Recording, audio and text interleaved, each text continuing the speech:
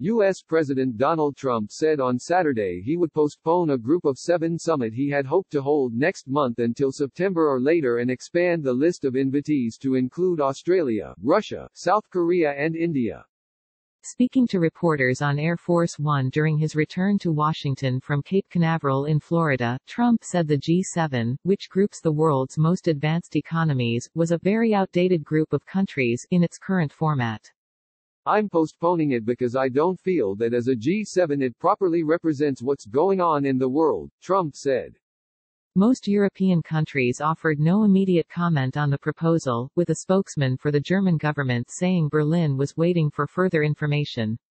It was unclear whether Trump's desire to invite the additional countries was a bid to permanently expand the G7. On several previous occasions, he suggested Russia be added, given what he called Moscow's global strategic importance. Russia was expelled from what was then the G8 in 2014 when Trump's predecessor, Barack Obama, was U.S. president, after Moscow annexed the Crimea region from Ukraine. Russia still holds the territory, and various G7 governments have rebuffed previous calls from Trump to readmit Moscow. White House spokeswoman Alyssa Farah said Trump wants the countries to discuss China at the summit.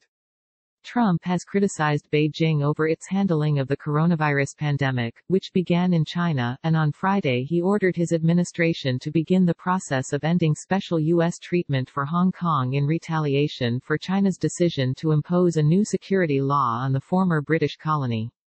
The decision to postpone the G7 summit is a retreat for Trump, who had sought to host the group of major industrialized countries in Washington as a demonstration that the United States was returning to normal after the coronavirus epidemic, which has killed more than 103,000 Americans to date.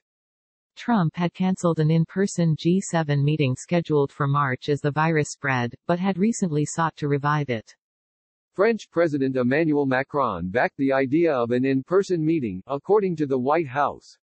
But Canadian Prime Minister Justin Trudeau declined to endorse it, saying there were too many health-related questions. This week, German Chancellor Angela Merkel said she could not attend.